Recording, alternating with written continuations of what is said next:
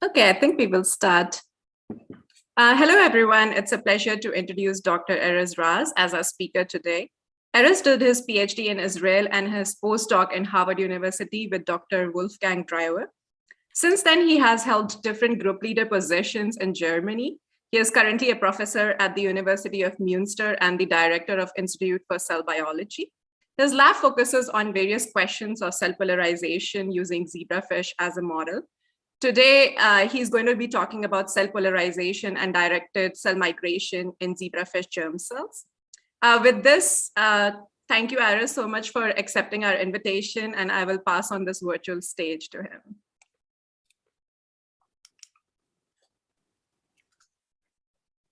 Okay, I hope you can see it. Yeah. Perfect. Okay, thanks, Jen and Ankita, for the invitation, and as I as we discussed before, for the establishing this great forum that is the good side of the corona. I think people enjoy it a lot, and thanks for arranging it. So I will talk about cell polarization, directed migration, and stop of the target use of concerning the migration of zebrafish primordial germ cells. And so we are all on the same page, I would like to give you the scale of what I will be talking about. So in the last seminar, we heard a beautiful talk that was dealing with things at the level of the molecule or complex of molecules. This is not what you will hear about today, because we work on within the zebrafish embryo. The scale of my talk will be around here, so you could consider it a high resolution analysis of early organ development, and something that tries to reach the resolution and the level of information you get from in vitro studies in cells, but it will be something around this. And to introduce to you the cells that we work with, these are primordial germ cells, and they are born in different positions within the embryo. And during the first day of development, they migrate towards this region. This is where the gonad will form later on. And there they will give rise to sperm and egg. And what I will be talking about is about the motility of those cells, so how they become motile, how they respond to directional cues and make it to the right place. And then at the end, how they stop at the target, what allows them to be there. And the process itself, what it looks like, can be seen in this movie. What you see here is a developing zebrafish embryo. The blue cells are the cells that I will be talking about. And you can see that they come from all over the embryo that develops. And they cluster on either side of the axis of the developing embryo. And with time, you will see that the movie goes on and they become slower and slower. And this relates to the fact that they stop at the target. So they were motile, they migrated directionally towards this area, and you see that they hardly move at the end. So when we think of motility, this is the process that you see here. So cells move, and a prerequisite for the fact that they can move is the establishment of a front and a rear, front and a back, so they can go in a certain direction. And this is what you see here. So this is a polarized cell. You can see that things don't look the same at this side and at this side. We can look at this cell shape, for example. You see that it's more rounded here and it's more complex here. This is the region where protrusions form. You can see the nucleus. In this case, it's found at the back of the cell, and so on. So the cell is not, basically has a polarity from front to back. And you can look at different markers. In this case, you see this is a back marker, and this is the front of the cell. So there's distribution of different markers. This concerns the morphological aspects of the migrating cells, but you have also other aspects that have to do with dynamics. And this is what you see here. This is a cell that will form a protrusion around here. And this is something that actually you have to appreciate the dynamics of it. And if you look at things at a little bit higher resolution, in the sense of asking what moves and where, if you follow the flow of the material here, that's what you see. So the cytoplasm flows into the into the expanding bleb. And this protrusion I mentioned is called bleb, and schematically you can see it here. This protrusion is powered by high pressure that is generated within the cell. And if this is the cortex, the actomyosin cortex, and the membrane around it from the outside, if you have a region where you have higher pressure, then the membrane will separate around here and the bleb will inflate. Or if you have a break in the cortex, that will also be a weak point which allows the membrane to separate and cytoplasm to flow in. So you get this situation here. We can artificially induce such a situation. If we hit the cortex here with a 2-photon laser, we will generate a break and induce a bleb. This is what you can see here. So the 2-photon laser will be aiming at this. I hope you can see my here, and then you get the bleb forming there. Now, if we look at what is polarized in the cell at the molecular level, what we find is that here you have actin elevated at the cell front. It's found all around in the cortex, but it's the amount is higher here. You have myosin light chain kinase, which will increase contractility in this part of the cell, and also here myosin will be found here, and so on. If you look at blebbing activity, this protrusion formation, you find that most of the blebs, so about 60% of them, will form at the cell front here. Some will form on the sides, and about 20% will form at the back of the cell. So it's not a polarity that is absolute in the sense that very strict, that you have protrusions only in the front. You can find them elsewhere, but there's a bias toward forming them at this side aspect of the cell. If they form at the back, what you see is that they are smaller.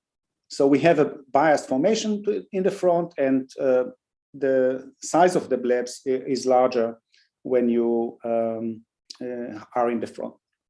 This enhanced actin distribution correlates with RAC activation. If we use a FRET construct and ask where RAC is activated, we find it also at the cell front. So everything I showed you so far, if we think of the front, this is schematically what goes on. You have a membrane, actin cortex, and those can be linker molecules. I will talk about them a little bit later more.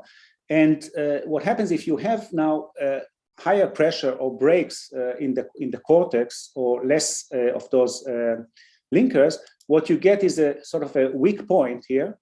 And here, this will be the place where the bleb will inflate. And that's what you see here schematically. So this was all about the cell front. And what happens at the cell back? At the cell back, we find other molecules that are enriched. This is, for example, ezrin and extends up to tagmin. We have septins there, and so on. And these molecules we can consider them as glue. They link the structures in the cell with the plasma membrane. So you will have actin binding proteins or lipids on the membrane through the protein ezrin. So ezrin will make it more difficult for the membrane to separate and form a bleb. So these entities, these linkers, make it more difficult to make a bleb at this aspect, at the back aspect of the cell. So when a cell is polar, what we have is actin, more actin in the front. You have a cortex that is can be broken, or there's a higher pressure here.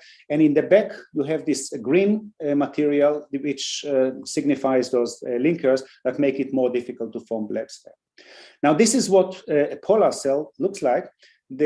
What we were interested in understanding is how this polarity is established. And this is the question is, how do you make an apolar cell polar? And we then look for what we call time zero. So we have to look at how a situation where the cell is apolar, how it turns into polar. And we are very lucky in this sense with the germ cells, because those cells do what we call a behavior that is called run and tumbling. And this is something that you see here. And this allows us to look at this. We have several time zeros. And what do I mean by that? If you follow this cell that goes along the yellow line, you will see that what it does, it runs, it will go quickly here, will stop here, and this stop means actually loss of polarity, and then it goes in this direction. Functionally speaking, what happens is that this cell made a mistake in the direction. It went in the wrong direction. It should have probably gone, if a straight line would take it around here, but it made a mistake, went too much from the point of view of the cell, too much to the left, and it then turns. The turns that germ cells make are not smooth. They, if they have to turn and make a change in direction, they actually stop and then go on. Now, at a higher magnification, what you will see is that when the cell runs, it is polarized. So it goes very quickly, then it stops, looks, blebs, and then runs again. At a higher magnification, what you see is the following. The cell is polar when it runs, and forms those blebs in the front, mainly in the front, and that's what a running cell looks like. When it tumbles, when it stops, it lacks polarity. You see the blebs are formed all around, and it doesn't move. And this is nice because we can ask, how do you form a polarity from this situation? And we have every cell makes it every 15 minutes or so, 10, 15 minutes, you will have a stop so you can study it again and again. A second time zero would be the cell division. So this is a dividing cell. You can see that the actin is apolar, and we can ask, when the cell leaves this situation, how does it become polar? So what we wanted to now understand is, when we have this apolar state, what happens in order to get to this state of a polar cell? And we can look at, again, those two time zeros, the tumbling and the cell division. And what happens if we look at such cells without a guidance cue, what will happen is that we cannot predict which direction they will go in. So they can go in each direction. It's not unpredictable. But if we now focus on the exit from tumbling, I will go back to this later, but let's now talk about the exit from tumbling. What we find is that the first sign of polarity is actin. So if this is a tumbling cell where actin is everywhere, you start having a preferential accumulation, strong accumulation at one aspect of the cell, and this becomes the cell front. If we look at higher magnification at this now, you will see that when actin starts forming, the region where actin is elevated becomes more rugged. And these, presumably those areas are weak points that allow the membrane to separate and inflate like that. And the actin is left behind, followed by generation of a new cortex, and the process can go on. So this is how the actin defines or is correlated with where the front will be generated. And what it looks like is in the real, in live cells or in a time-lapse movie is shown here. So what you see here is, again, live actin is all around. Here it overlaps with a little bit more of ezrin. You don't see it, but it's all over here in magenta. Ezrin is not polarized, or if anything, it's here. And what you will see is that the actin, the cell will live in this direction. And you will see that actin comes here, and then the ezrin runs to the other side. And this is what you see here. So the ezrin comes here. So first we had actin, and then ezrin followed going in the other direction. These are snapshots from this movie. So this is a stronger actin, higher intensity, and then it makes it sort of reinforces itself, so you get a more stable front, and the ezrin goes to the other side. If we now look at many, I mean, not many, it's very difficult to find those cells, but when you look at more cells and try to ask what are the relationships, what is the course of events, what is the course of events of actin versus other markers that go to the back, this is what you see. So if the actin of appearance of high actin is time zero, you see that ezrin, extensine aptotagmin, septin, they come about 2 minutes afterwards. So you first see this, and then you see the accumulation at the back of the cell. Now, the fact that actin is important, not just a marker for the front, for the future front, is seen here. If you inhibit actin polymerization by expressing dominant negative RAC, you see that of course, there's no accumulation of actin anywhere, but ezrin is also not polarized. So if you inhibit actin polymerization, there's no polarity, there's no cell polarity. And we could take it a step further and show that actually actin polymerization is instructive. So if you activate RAC anywhere in the cell, you can induce actin polymerization where you want. And this is what you will see here. So this is now a cell that is polarized in this direction. So you have the front here, the back here. Normally, what I show you now never happens, but what we can do is put a lot of actin polymerization here at the back and ask what will happen. And what happens is that you will see that the polarity flips. So you, again, it never happens in real life, but if you force actin in this direction, it will chase away the ezrin in the other direction. So actin polymerization is instructive and can orient the front rear axis. Now, what I showed you so far is that if you go from an apolar state and you establish the polarity with accumulation of actin here, and and then the ezrin goes to the cell back. And the question is how, what allows it to happen? And those arrows actually probably provide you with some hint. And an obvious candidate to look at is contractility, meaning actin retrograde flow that will take those linkers in the other direction. And if we inhibit contractility by expression of dominant negative ROC, what you see is that actin can form on one aspect of the cell, if it just that's where it forms. But now the ezrin is all over the cell. It's not. This is a movie. It's not brought to the cell back. So the conclusion is that myosin contraction is important for the formation of the back. If we look at those in a normal cell, in non-manipulated cell, and we ask how ezrin, extended cytoplasmin, and so on, how they move around the cortex, along the cortex, we see that they move in a normal cell. They will move to the back. So these are the arrows in which, if we follow the irregularities in the signal of extended cytoplasmin, we see that the molecule is driven towards the back as the cell migrates. So we have retrograde flow that takes those linkers, this glue, to the cell back. What is the significance of this? Why is it important to put this glue to the back? I already sort of hinted why it would be so, but an experiment that shows it is overexpression of hyperactive ezrin. When we do that, when we express high levels of ezrin in a cell, you see that now it's not confined to the back, it sort of invades also the cell front. And then the result of that is formation of less blebs. So blebs find it more difficult to form. You get about half the frequency of blebs.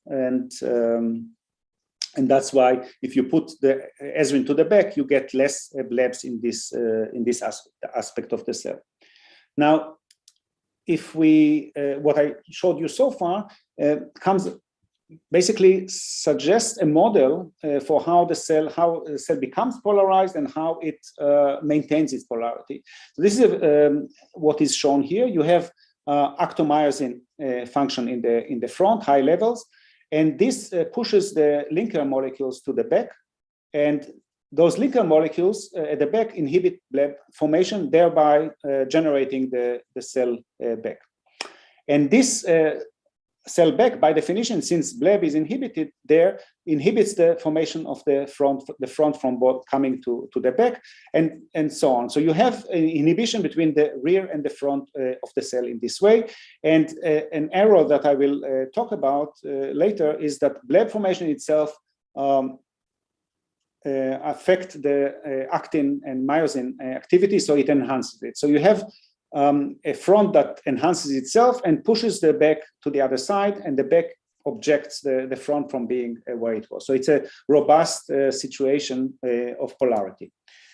Now, everything I showed you so far has to do, and this model came from information I gave you about exit from tumbling. So the cell was apolar and formed the actin and formed this axis. Now, if you go back to this scheme, what I showed you is correct, but there's a prediction that if we start with a very strong rear of the cell, a strong back, it can be instructive in principle, because it will not allow the front to form in the back and basically chasing the front to the other side. And we have such a scenario when we can generate this, and this is shown here at the exit from cell division. So this is the picture I showed you before.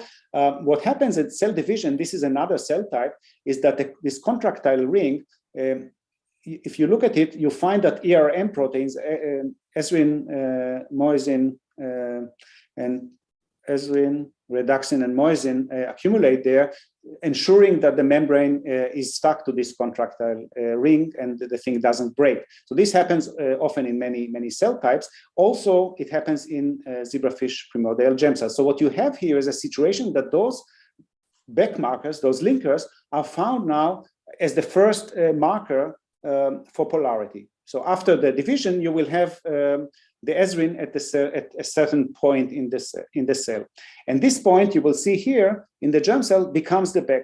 So it dictates where the front will be, and this is what you see in this movie.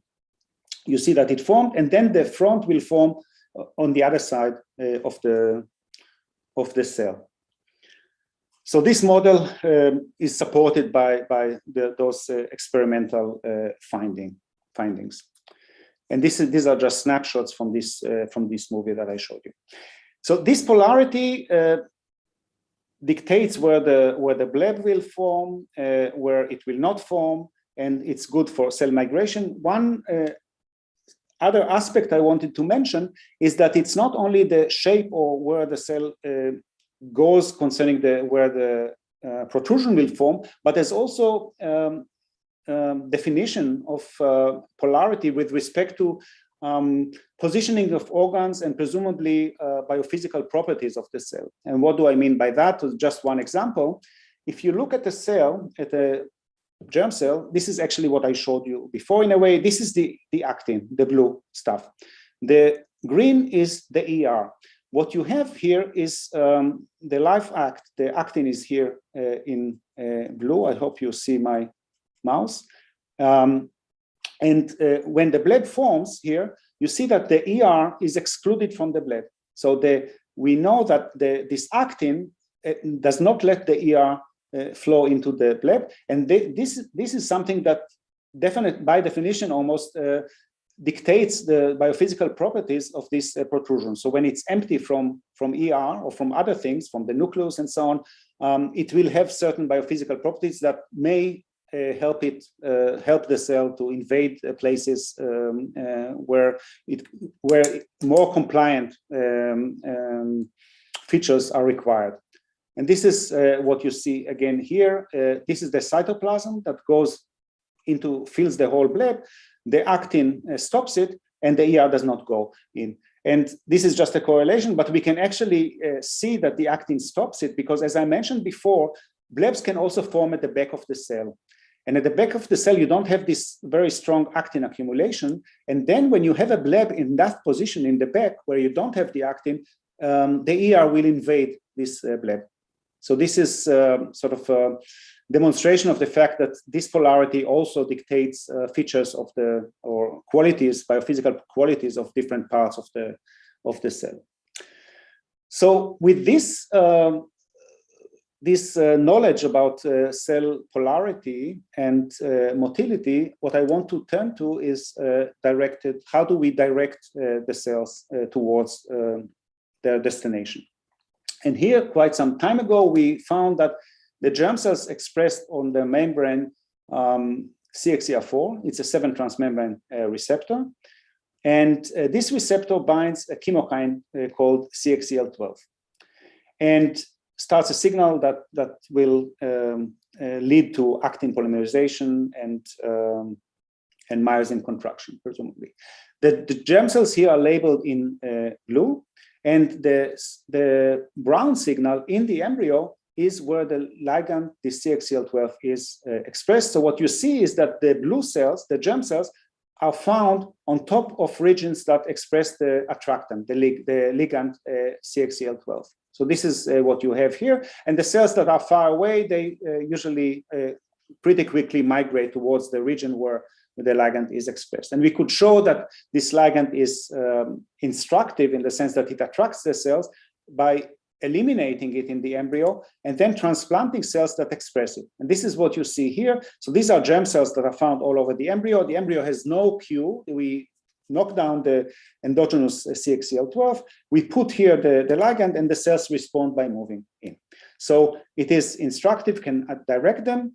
And if we remove the ligand from the embryos, what you see is this configuration. This is an embryo. The blue thing is all the nuclei, and you see that if you don't have CXCL12, the ligand, now the germ cells are found all over the embryo, and you see that they are motile. They are happily moving around, but they don't have a direction in the sense that they don't accumulate anywhere. And at the end of the first day of development, you find them all over the embryo. So that's not good. They have to be here in order for the animal to become fertile. If you have CXCL12 in a wild type situation, you see that the germ cells now cluster in specific places. They don't go to the head. You don't need them there, and so on. So they are clustered, and within 1 day, they are practically all of them are found in the right place. Now, if we go back to what I showed you before, we have here a very robust situation that the cell keeps the direction. It looks very difficult to break this thing, because if the cell made a mistake and it has to now turn, this thing is very robust. If you have a shallow gradient, it is unlikely that you will be able to break it and tell the cell to go in this direction. This is something I mentioned before. The solution for this situation is that periodically the cells lose their polarity. So you have the cell division, or you have this run and tumbling, what you see in the bottom movie. So the cell runs, and then it stops, doesn't move, and lose the polarity. So the result of this is that you have now a naive cell that asks the environment, where should I go? You don't have to break this very robust polarization, but the cell now is naive and more sensitive to such chemokine source that can be a very shallow gradient. And then the cell can change its migration path. And what this chemokine does, the way it acts on this tumbling cell, or on the cell after the cell, on the tumbling cell, the way it does it is by, so this chemokine receptor activates a lot of pathways in different cells, but in germ cells, in migratory cells, it was shown to activate RAC and calcium elevation. So this will increase the actin in the right place, and calcium can increase the contractility where you want at the cell front.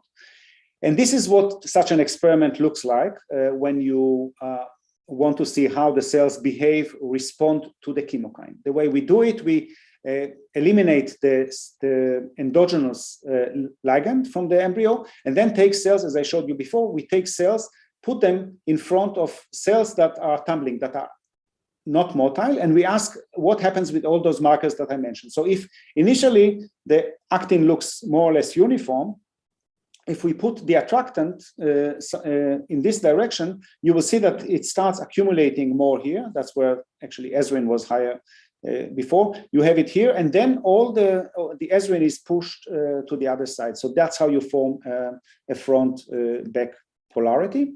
And if you look at the cascade of what comes first, what comes second, and so on, you get a picture like that. So if actin starts here, about 2 minutes afterwards, you get the esrin and extended synaptotagmin going to the back. So it takes 2 minutes. And this picture is exactly the one that I showed you before for the exit of from tumbling.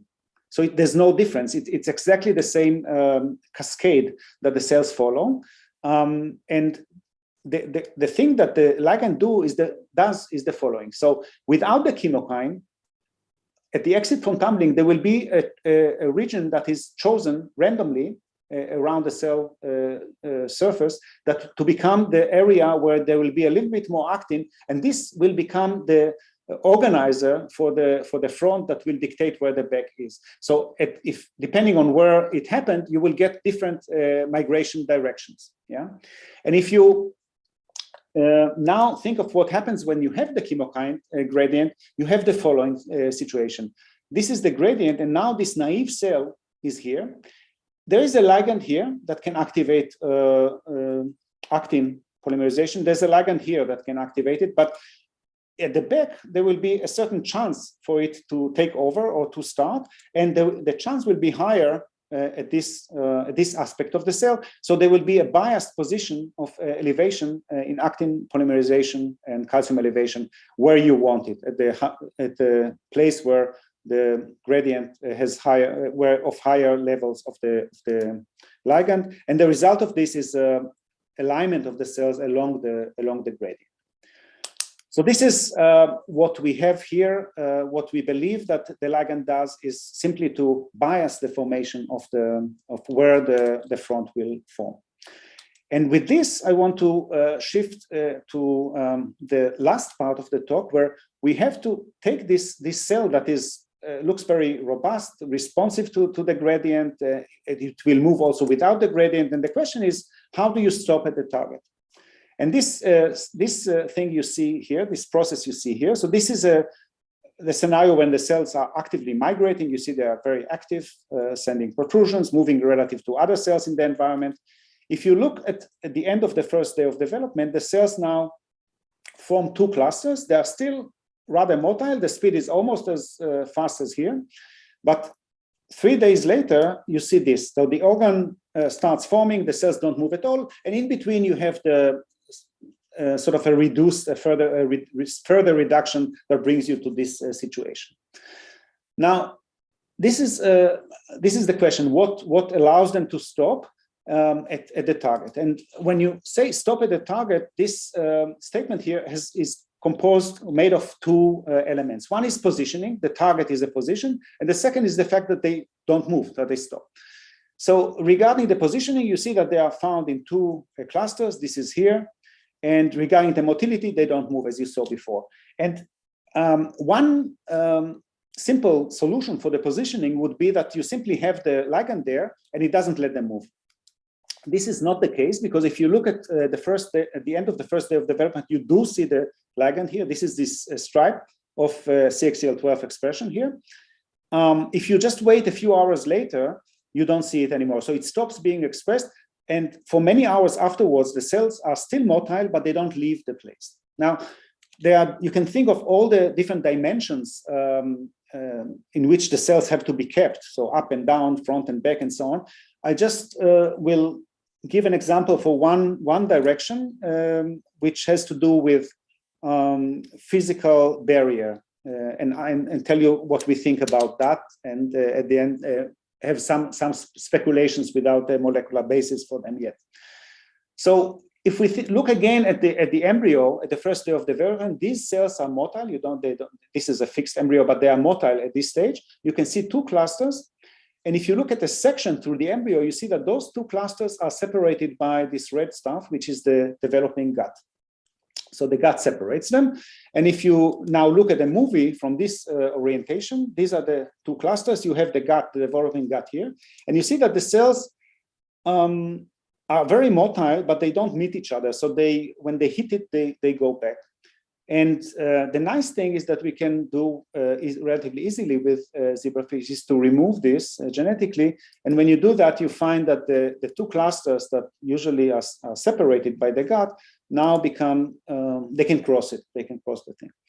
Now, what keeps the two clusters separate? What it is the gut, but what happens there? How do the cell interact with it? And this is something you can see in this movie. Now, in this movie, nothing special will happen. Again, I have to, as always, apologize for the temporal and spatial resolution here. This is deep in the tissue, but I think you can get the idea.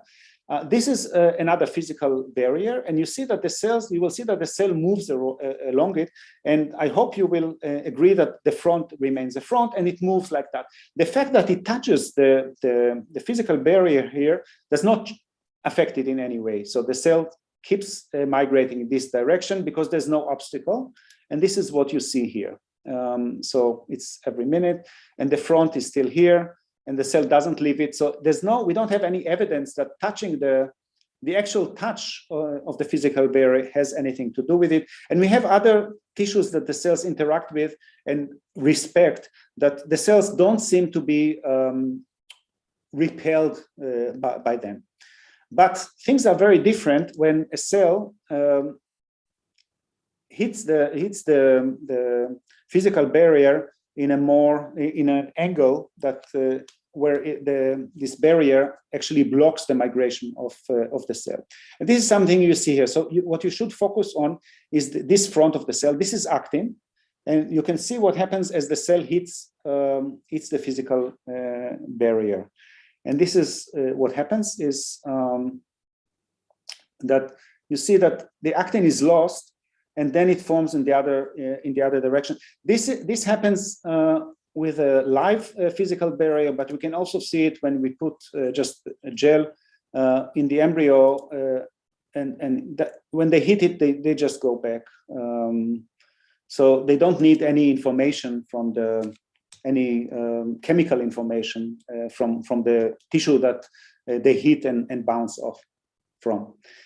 Now, I will now try to suggest something without a lot of evidence. I'll try to put forward a model for what could be at the basis of this behavior.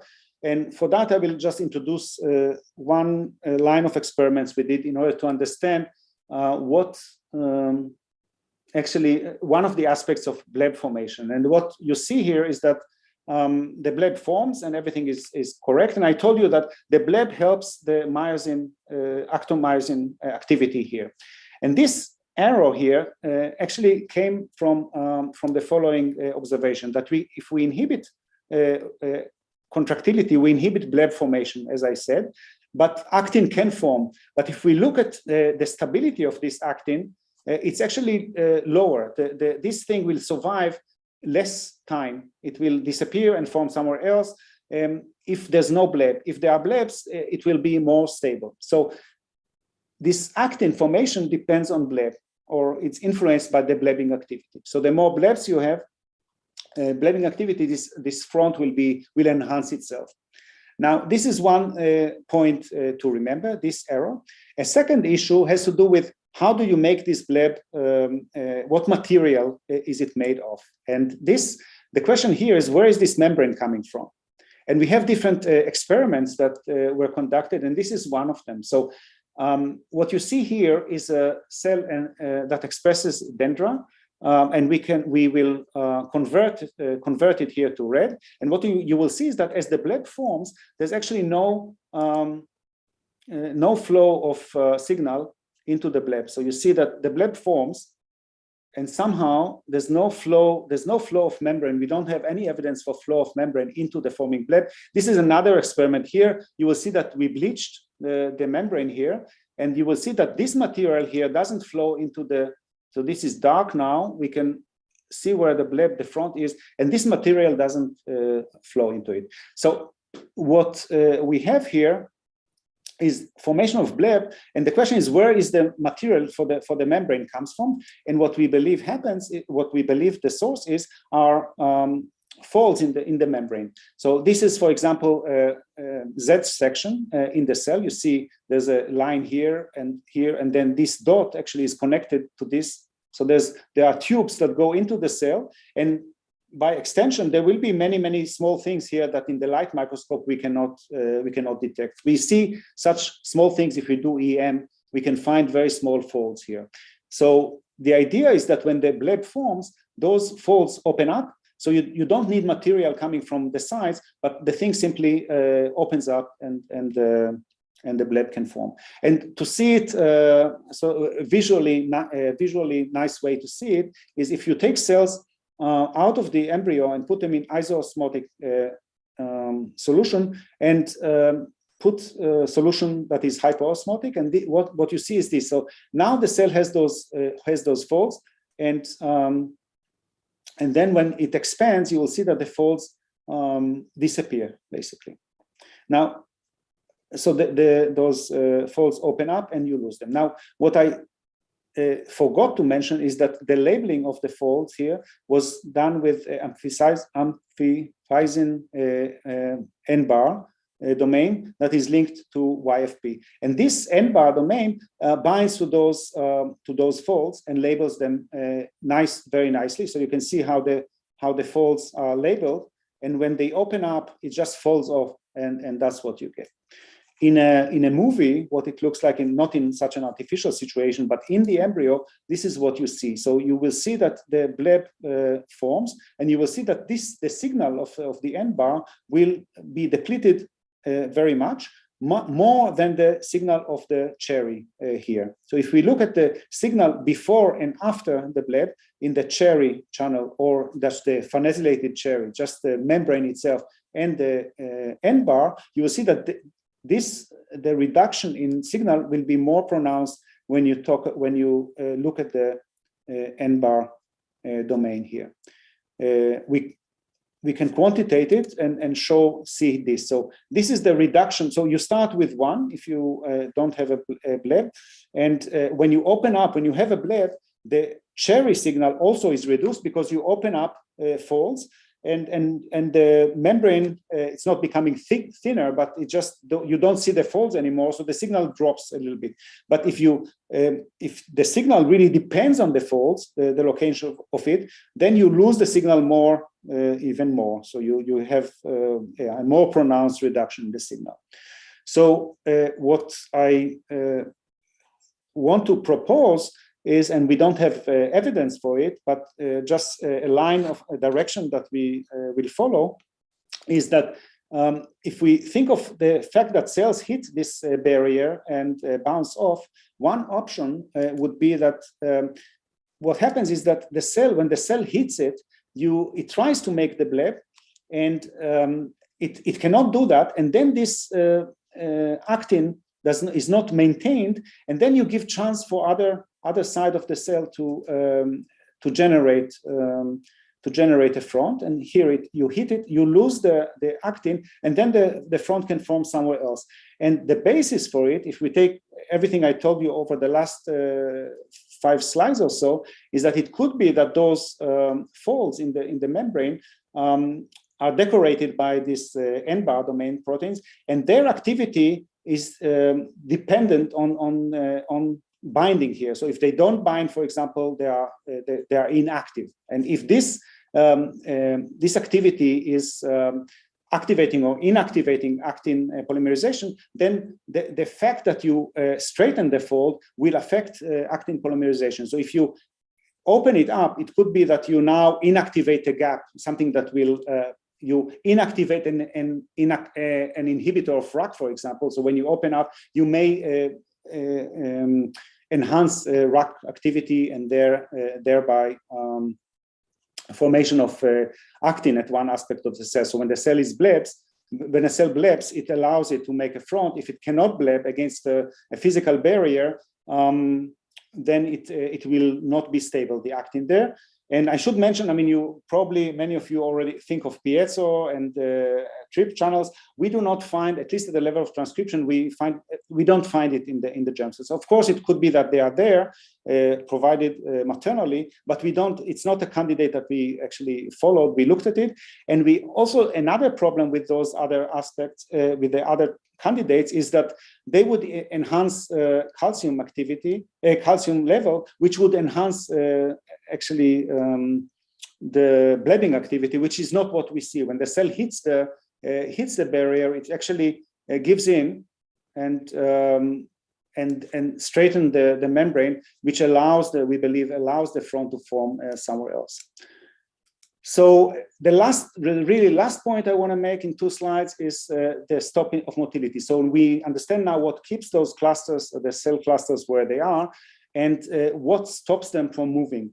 And what we believe happens is the following. If we go back to the basis of blebbing, the bleb forms in response to, or it depends on pressure, hydrostatic pressure from within, and that's how it forms the blebs. Indeed, if we inhibit contractility, you don't get blebs. If you activate contractility, you get extra blebbing. And this activity is needed in order for the cell to move. If you don't have it, they don't move. If you have too much, they overbleb. What we find when we look at the transcription or the level of RNA of different components of the that would enhance or affect contractility, we find that as the cells slow down, we start losing. So ROC activity or MLCK will go down and so on. So this is this drop to about half would explain at least some of the fact that the cells become slower and eventually immotile. And this happens to the cells, this drop in contractility happens to the cells whether they are in the target or out of the target. So we believe it represents a cell autonomous effect or phenomena that the cell doesn't become slower because it is in the target. It's just something that the cell knows after a time to do.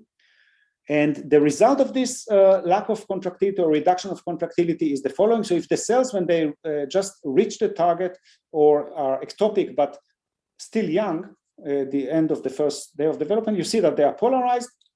If you look later on, after a day and a half or so, and later on it's even more pronounced, you start, they are less contractile, and then the polarity is impaired.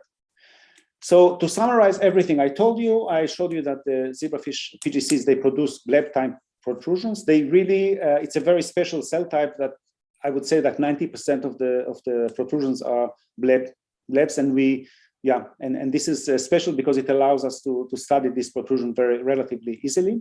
The polarization is very robust, the front and back, and I showed you how we believe it happens. So starting with either side, if it's strong enough, it will become dominant and chase the back or the front in the other direction. We have periodic loss of polarity, and after this loss of polarity, it can be cell division or this tumbling phase. They respond to directional cues, and then the thing is that I mentioned it before, but it's very important that the directional cues act on an apolar cell. So this allows the cells to read very, very shallow gradients. And I mentioned at the end that the loss of motility and the bouncing of physical barriers, I showed you what we believe happens there, and the actual loss of motility is presumably a result of loss of contractility that allows the cell to stop and start interacting with cells in the environment. This is still unknown, this bouncing from physical barrier. We have a certain model, but so far no real molecules that explain it. And just to give credit to the people who did the work, I will not go one by one, but a lot of the work that I presented about the polarity was done by Adan and Anne, who in the meantime also generated this. The stuff, the material about the folds in the membrane was done by Mamad, who is all of those people already just left the lab. Collaborators in different places. Timo helped us a lot with the quantitation of stuff. I did not show you any numbers, but Timo, who was in Münster, now moved to Göttingen, helped us a lot. In the Pasteur, all those flow fields were done there by Alesh. Nir helped us a lot with defining the model, gave us the mathematical basis for it, and Philip Keller helped us with imaging and some of the movies that I showed. So thanks. Thank you so much. That was a fantastic talk. I loved every bit of it. I have questions, but I'll first start with the questions in the chat. The first question is from Claire. She has multiple questions, actually. So why do you think the need for actin polymerization is at the front of the protrusion, which is bleb, and it's often lack of actin, which makes a bleb? Is it a poroelastic gel that allows water flow but exclude organelles from entering the bleb? Is it required for the retrograde flow of the sweep of the cortex to the back? Yeah. So the expansion. So if we look for reasons for it, so the expansion of the bleb, of course, doesn't need actin. So it's a fact that it expands with little or no actin at the real front. So what it is important for, if you don't have actin, you don't have the retrograde flow, so you will not make the back. another thing that the actomyosin in the front does is, so there are different models for how you nucleate the bleb, but both of them would fit. One is that you have local enhanced, increased local pressure. If you think of the cell as a viscoelastic entity, that you will have the contraction will generate a local elevation in pressure that will separate the membrane a little bit, and this will be a weak point that is expanded. Alternatively, these many contractions and non-organized. It's not like that the front will not be a smooth cortex that will bind nicely to the membrane, but you will have those tones, the philopodia. You will have things coming in different directions because it happens very, very quickly. Then it could also have gaps, little, the way I imagine it. I mean, the advantage I have is that we cannot see it, so I can say whatever I want. So so I can imagine that there are gaps between the actin and the membrane, small gap that will again be a weak point where the membrane can separate from. So that's why I think. Do you think this is how a lamellipodia works? I mean, some people think that the membrane is attached and the actin is directly pushing, and some people think that it's not attached and that pressure could be driving the protrusion. Yeah. And maybe the actin is just like a filter to keep all the organelles out of there. Yeah, definitely. So what I showed with the ER is definitely the case. That it excludes doesn't let the ER go into the bleb. Same goes for the nucleus. So the nucleus hits the thing and doesn't move. You don't want the nucleus in your bleb. So that's for sure. It's something that is sort of a sieve that doesn't let stuff get into it. If a lamellipodia is a bleb, again, yeah, it's a theology. If you ask me, I wouldn't say as a lamellipodia a bleb, but do you think you need actin filaments pushing on the leading edge to drive the protrusion, or you get the protrusion the same way you do here by pressure in a lamellipod? It could be. I mean, it could be that a lamellipodia is just tiny, many fast blebs that. Yeah. And this could well be, if you try to. And the related question is whether is Ezrin being turned off by RAC?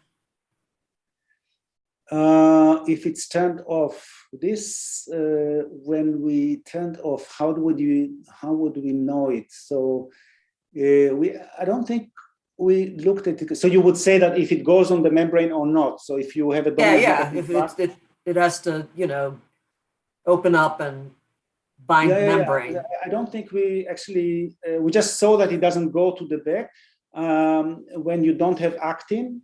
If it goes, so you would say if it inhibits it, should go more to the. Well, I would say if you put in constitutively active RAC, you should get no Ezrin on the membrane, maybe. Yeah. The experiment we do have is to. So you could also do the opposite. So you look at the dominant negative RAC, and there it's definitely not polarized. But dominant negative, you would expect it to be on the membrane everywhere. Yeah. I don't want to say anything because we did not actually look for it. So I don't remember that it does anything, but I don't want to say anything. I mean, it could be. Thank you. Very nice talk. Thanks. Thank you, Claire. Okay, great. Our next question is from Sampada, who asks, do you think there's differential regulation of ion exchangers, for example, NHE1, at the front and the back of the cell? Ion exchangers. So what would it do? I mean, what we do know, the only thing we know, I mean, I was just thinking of ions and charges and stuff. What we do know is if you enhance calcium, if calcium goes in, if you have an activated channel for calcium, you will get wild protrusions. So this is if you have an activated STIM1, you will have tubes coming out. So this is presumably enhanced contractility that does this. So this is the only thing about ions that I can think of. this is, we did not look at anything. I cannot remember of anything else that we looked at concerning ions coming in and out. I think calcium was a candidate because it's downstream of chemokine receptors, and it is it would enhance contractility, which is what you want in the front in order to break the cortex or increase the hydrostatic pressure. So that's what we looked at so far. Thank you. Next question is from Dimitri Vavilonis. So you mentioned how gradient sensing can be achieved by bias of the tumbling direction. What about the run length? Is it dependent on the direction of concentration gradient as an example of E. coli gradient sensing? Yeah. So the E. coli, just for those who don't know, so the E. coli, the runs will be longer as when you go up the gradient and shorter when you go against it. So the net result will be forward moving up the gradient. The germ cells don't, the bacteria has no choice. You know, it doesn't have a size to measure, so it does this biased. But a germ cell is large enough to measure, if you like. So actually, when they leave the tumbling, they always go. If there's a gradient, they go in the right direction. They can make a mistake, but they will go in the right direction.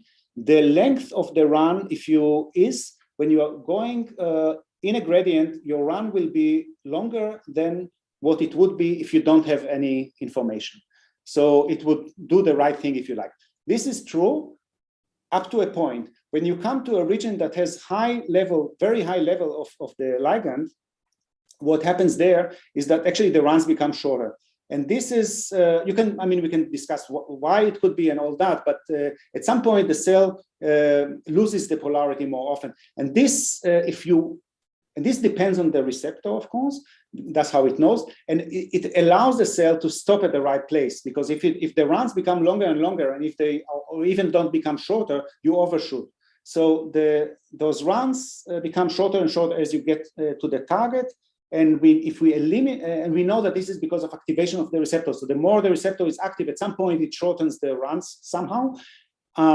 If you eliminate this ability of the receptor to desensitize, if you make sure that the signal still is strong, you make sure that the receptor does not internalize, so what happens is that it overshoots. If it doesn't become shorter, if those runs don't become shorter, then the cell overshoots and you get ectopic cells. So the short answer is it's not like a bacteria. The bacteria has no choice but to know if it went up or down the gradient. Our cells, the germ cells, can compare the two sides, and that's why it's different. Right, thanks. We have a question from Degan Sagal, who says, wonderful talk. The cell polarity following the cell division looks very strong. Do you think that the cytokines are driving the axis of division to regulate migration, or can they overpower this polarity? So first of all, this polarity can happen without the ligand. So if you eliminate all the directional cues, the cell will divide. The orientation, the axis of division will be random. I don't know if it depends on what happened before, but it will not depend on any instructions from outside. And then the cell will move in two directions, irrespective of anything. When you have the chemokine there, the initial thing will be, of course, that the back form, but then there will be sort of a fight between what they were born with and with the ligand. Under normal situations, probably the initial polarity will win because it's extremely strong. But when we do the experiment, there's so much of the ligand that we put there artificially that it will fight it, and the cell will do something that normally it doesn't do, and it will give in and will go towards the attractant. Thank you so much. Next question is from Robert Insal. Do you think the feedback that maintains a bleb and the feedback that maintains an actin pseudopod share a similar mechanism? So again, I don't know what keeps I suggested something, but we don't have, it's just correlation. Now, if it's the same, I mean, Robert, you should know better if those folds. Our model is that something that when it opens up, it releases. You know this option. I mean, or Laura knows that this option of releasing something from the folds that would have some information in it. How it happens in the lamella, I don't know. I mean, also we don't have evidence that it's just a model. And I can suggest molecules that would do what I want, but we haven't checked them. And I don't know if, so I cannot, say, in principle it could be, but I don't have molecules to compare. Yeah. He says, nor do I. He says what? Even he doesn't know, he's saying. Okay, so that's, okay. I hope, yeah, Great, he should not know if he asks so. Here's a plant in the audience. Our next question's from Abi Debroy, that says, great talk. Do you think that the bar domain protein somehow stabilize the cortex while the bleb explores the area to move forward? So the way I envision it, when the bleb forms, it's actually clean of, there are no bar domains on it. And I don't, so you have those folds and then when it opens up, the bar domain proteins are released and then they are inactivated according to the model. So if they were normally repressing actin polymerization, now the repression is gone and you have more. But I don't think they stabilize it because the bleb, if you think about it, it's a very smooth thing that the way I envision it, the bar domain proteins will not bind. They will not, because it's a very straight, flat membrane. So, yeah. So the next question is from Ajay Chetnis, which is also linked to the discussion about bleb and laminopodia. There seems to be many common elements between the bleb-based and laminopodia-based migration. Is there a context where germ cells switch to laminopodial migration? So for us, I mean, we did not very systematically look at it. The way to do it would be to reduce the contractility, and this is something that would theoretically put them into this regime. But I think normally we don't see it in the embryo. If this is as in vivo people, if this is what you care about, we don't see it. It's and you can put them in different environments that are in the embryo. We can release them and let them go wherever they want. So except for when they hit something that is a real barrier, like the notochord or the developing gut and so on, except for that, they use blebs. So they don't seem to care about the environment. So in the sense that the differences that people measured concerning stiffness and so on within the developing embryo at those stages, they don't seem to feel it so much. Let's put it like this. It's so they go with the blebs and so on. Again, you can maybe force them. You put them under some artificial conditions. Maybe you will be able to do it. But if the question is whether they do it normally, we don't see that they suddenly shift when they go in the head, that they suddenly become mesenchymal. Yeah. So can I just follow up to that question, because I was wondering the same thing.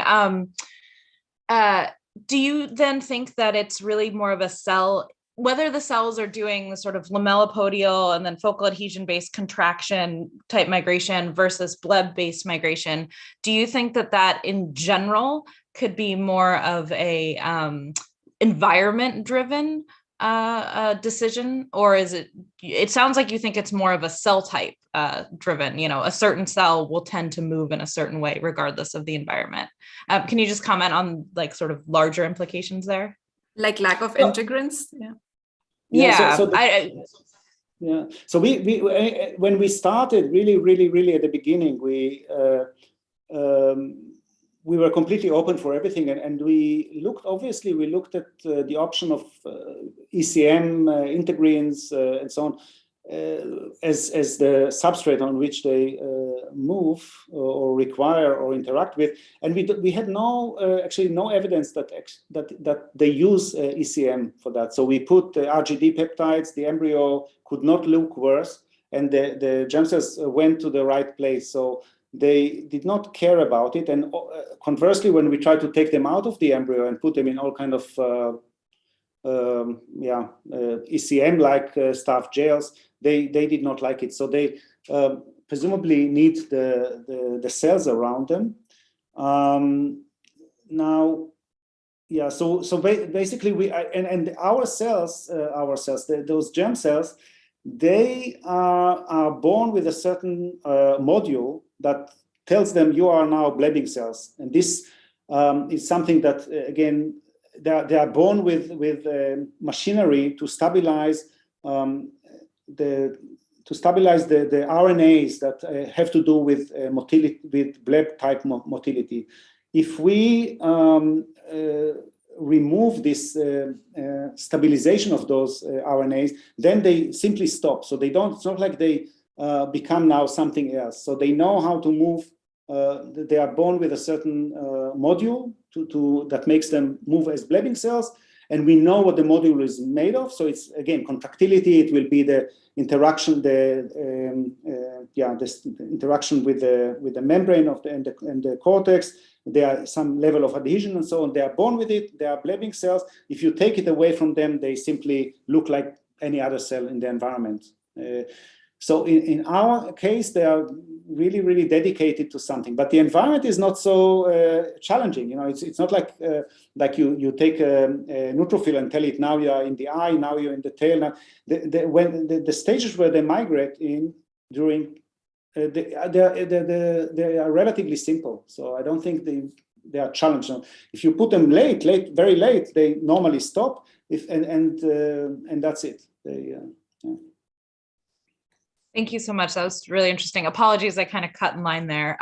Our next question is from Elke Over. Says, beautiful work. Do you think the number of folds determines the size of the bleb? So that the fact that the back makes smaller blebs could be influenced by this, or is it mainly the tight connection to Ezrin?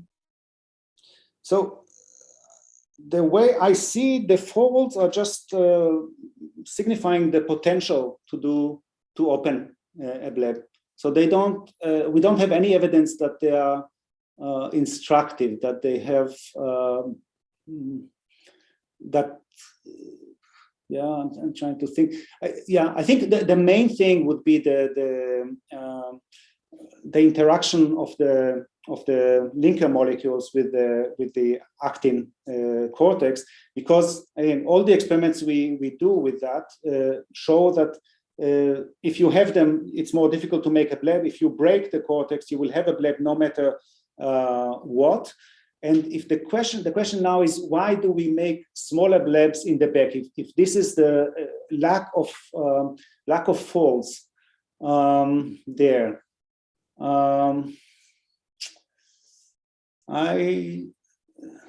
thinking about it quickly, I don't have anything. Yeah, we did not really very, very carefully measure it. I don't think that there is such a gradient that you really have a huge sort of a lack of membrane there. And we always thought about it as that in the back you have less wild actomyosin contractility and very nice and more linkers. So even if you open if you made a small bleb there will be a lot of resistance to expand it, and this is what I know. So and I don't want to say things that I don't. So. Thank you so much. Do you mind hanging around for some time, because we have a few more questions to go through? Sure. So next is from Jessica Jewel Teo, says great talk, and is curious if the polarization of cells when they come in contact with the gut could be due to signals coming from the gut. And I think you answered this part in your talk. I'm not sure if this is experimentally possible, that you have tried injecting another cell type and inert materials to replace the gut and see if the cells polarize in another direction. But I think you did a gel experiment, right? Yeah, we did the gel. And again, just to repeat, when we have a cell that is walking parallel to this physical barrier, it doesn't look, it's very happy there. So it doesn't look like there's anything that tells it go away. It's only when it hits it in a certain angle that things go bad. And that's why I think the bleb, when it cannot bleb, then this tells the cell, this is not a good front, go away. So it's not a very, it doesn't thrive much, and it's not very invasive, at least with such a stiff challenge. Okay, great. I think this might be the last one if I haven't missed any. I have one after that. Awesome. So from Adam, who I say he should be asking his own question, given circumstances, from Adam Shillard. I was wondering if there's any speculation about the cause of reduced contractility over time, cell or epigenetic memory. Do these cells become less contractile or slow down when older cells are grafted into younger embryos? Okay. So let's start with the second. So if you take older cell and put them into a young embryo, they will be faster. So what I try to push is the idea that things are cell autonomous, but it's not completely. It's only part of the story. If you take old cells, put them in a young embryo, they will move faster. But so this is one thing. So if the environment is more is softer, presumably, then they can still go. They can recover a bit and be faster. That's one thing. A second thing about the drop in contractility. So what happens is that, and this is something that happens in zebrafish. The mother loads the cells with all kind of RNAs that they will need, and it's there. And there are proteins that in the germ cells that stabilize specific RNAs and enhance the translation. Those RNAs that are needed for different aspects of germ cell development, can be migration, can be maintaining of the fate, and so on. And this protein, it's a specific protein called dead end. It's an RNA binding protein, and it will bind specific RNAs and stabilize them, and allows the contractility to be maintained. And this protein, or the RNA encoding for it, is also maternally provided. And it starts decaying, it's going down. And as it goes down, the RNAs that it protects are less protected, and they are degraded. And that's how you lose this machinery. That's yeah. Thank you so much. Before I ask my question, I want to say that I see your whole lab is attending together, which I love. Okay, I so hope I gave the right answer. They are the only ones who know when I bullshit, and lab knows the best always. I had a question coming back to what Claire was asking initially. So one of the comment I had regarding the RAC with Ezrin thing was, maybe if RAC is not directly interacting with Ezrin, the other indication might be with the fact that Ezrin often tends to bind more to bundled actin than branched actin. So if there is RAC activation and more branched actin in the front, that it's possible that Ezrin doesn't find it, as a good sort of actin to bind to. It's something that could contribute maybe, but when you block contractility, you have a region with actin still. If you put a ligand, the actin will be there, but you don't find. Ezrin doesn't care. It seems like it's just everywhere. So, but is it total Ezrin, or is it phosphorylated Ezrin? Because the actual sort of interaction is often seen by phosphorylated Ezrin, because otherwise, if you just think about Ezrin could be with the firm domain anywhere, it might not actually show you its activity as such. But if you think of the localized the Ezrin that is sort of on decorating the membrane, cortex, it should be active, right? Not necessarily. It could be just floating on the membrane. Okay. If we looked at no, I don't know if this is, I don't know. I was just curious in that direction, maybe that that could be one thing to think about. The other thing I was going to ask was about the Rho activity. Since there's so much myosin in the front, there must be, and you showed an experiment with dominant negative rock as well, I guess, yeah. So there must be some row activity going in the front as well, right? And how do you think that rack and row regulation in the blebs in that tip is going on? Yeah, so there, I mean, it's not like they, we find also row also in the back, but also in the front.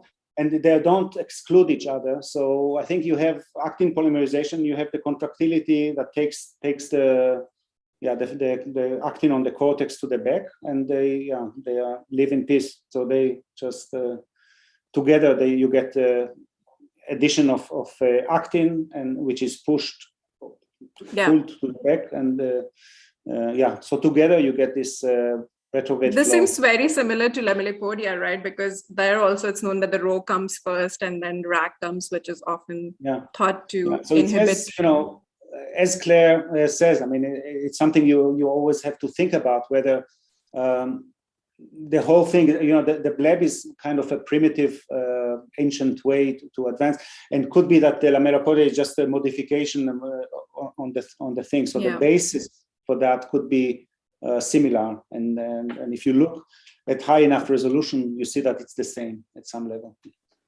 Thank you so much. That was wonderful. I think we had great discussions today. I think we are done with all the questions. With this, I would really like to thank you, Dr. Raz, for accepting our invitation and giving us such a wonderful talk and topic to discuss about.